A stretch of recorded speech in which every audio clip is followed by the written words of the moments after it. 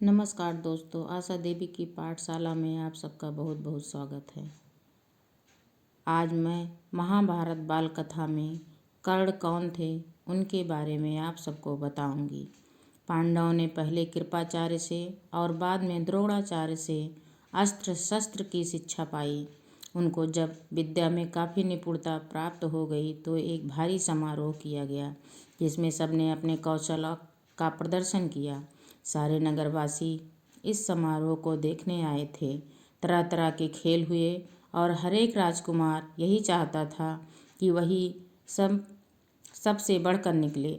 आपस में प्रतिस्पर्धा बड़े जोर की थी, परंतु तीर चलाने में पांडुपुत्र अर्जुन का कोई सानी न था। अर्जुन ने धनुष विद्या में कमाल का खेल दिखाया। उसकी अद्भुत चतुरता को देखकर सभी दर्शक और राजवंश के सभी उपस्थित लोग दंग रह गए। यह देखकर दुर्योधन का मन ईर्ष्या से जलने लगा। अभी खेल ही हो रहा था कि इतने में रंगभूमि के द्वार पर खम ठोकते हुए एक रोबीला और तेजस्वी युवक मस्तानी चाल से आकर अर्जुन के सामने खड़ा हो गया। यह युवक और कोई नहीं, अधिरथ द्वारा पोषित कुंती पुत्र कर्ण ही था, लेकिन उसके कुंती पुत्र होने की बात किसी को मालूम न थी।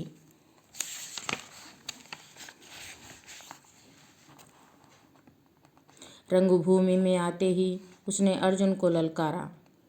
अर्जुन को जो भी करतब तुमने यहाँ दिखाए हैं उनसे बढ़कर कौशल मैं दिखा रहा हूँ।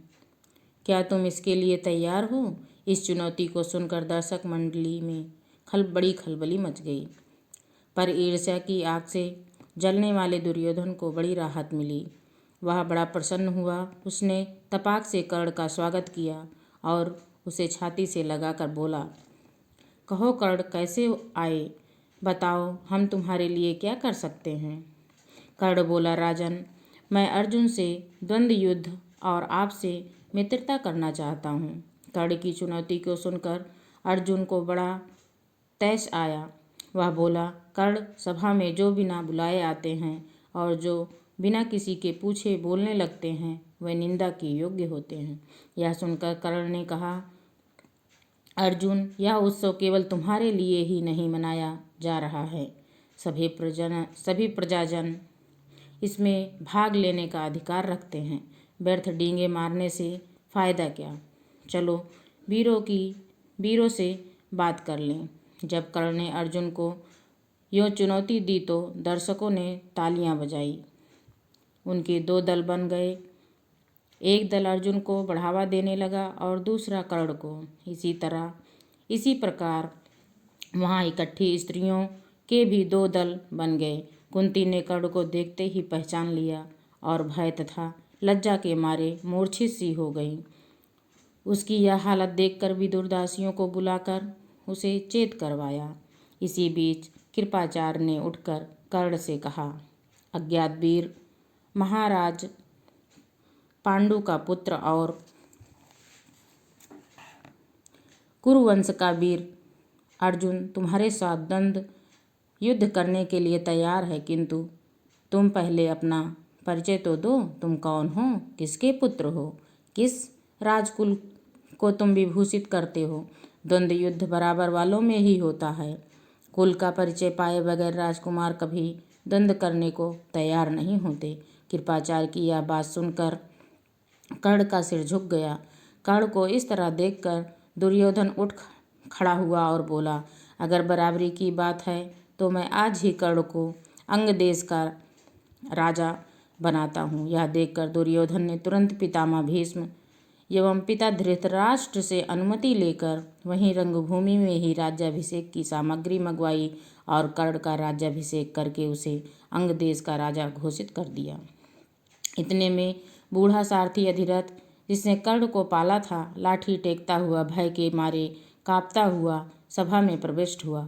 कर्ण, जो अभी अभी अंग देश का नरेश बना दिया गया था, उसको देखते ही धनुष नीचे रखकर उठ खड़ा हुआ और पिता मानकर बड़े आदर के साथ उसके आगे सिर नवाया। बूढ़े ने भी बेटा कहकर उसे गले लगा लिया। यह देखकर भीम खूब कहा मारकर हंस पड़ा और बोला, सारथी के बेटे, धनुष छोड़कर हाथ में चाबुक लो, वही तुम्हें शोभा देगा। तुम भला कब से अर्जुन के साथ द्वंद्व युद्ध करने के योग्य हो गए। यह सब देखकर सभा में खलबली मच गई। इस समय सूरज भी डूब रहा था, इस कारण सभा विसर्जित हो गई। मसालों और दीपकों की रोशनी से दर्शक वृंद अपनी अपनी पसंद के अनुसार अर्जुन, कर्ण और दुर्योधन की जय बोलते जाते थे। इस घटना के बहुत समय बाद एक बार इंद्र बूढ़े ब्राह्मण के वेश में अंग नरेश कर्ण के पास आए और उसके जन्मजात कवच और कुंडलों की भिक्षा मांगी। इंद्र को डर था कि भावी युद्ध में कर्ण की शक्ति से अर्जुन पर विपत्ति आ सकती है। इस कारण कर्ण की ताकत कम करने की इच्छा से ही उन्होंने उससे यह भिक्षा मांगी थी। कर्ण को सूर्यदेव के पहले ही सचेत कर दिया था कि उसे धोखा देने के लिए इंद्र ऐसी चाल चलने वाले हैं, परंतु कर्ण इतना दानी था कि किसी के कुछ मांगने पर वह मना कर ही नहीं सकता था। इस कारण यह जानते हुए भी कि भिखारी के वेश में इंद्र धोखा कर रहे हैं, कर्ण ने अपने जन्मजात कवच और कुंडल निकालकर भिक्षा में दे दिए। इस अद्भुत दानवीरता को देखकर इंद्र चकित रह गए। कर्ण की प्रशंसा करते हुए बोले, कर्ण, तुमसे मैं बहुत प्रसन्न हूँ, तुम जो भी वरदान चाहो मांगो। कर्ण ने देवराज से कहा, आप प्रसन्न हैं तो शत्रुओं का संहार करने वाला अपना शक्ति नामक शस्त्र मुझे प्रदान करें।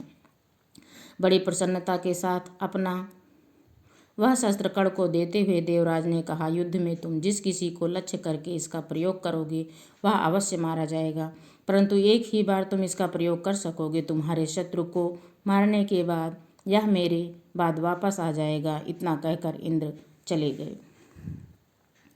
एक बार कर्ण को परशुराम जी की ब्रह्मशास्त्र सीखने की इच्छा हुई, इसलिए वह ब्रह्मशास्त्र के वेश में परशुराम जी के पास गया और प्रार्थना की कि उसे शिष्य स्वीकार करने की कृपा करें।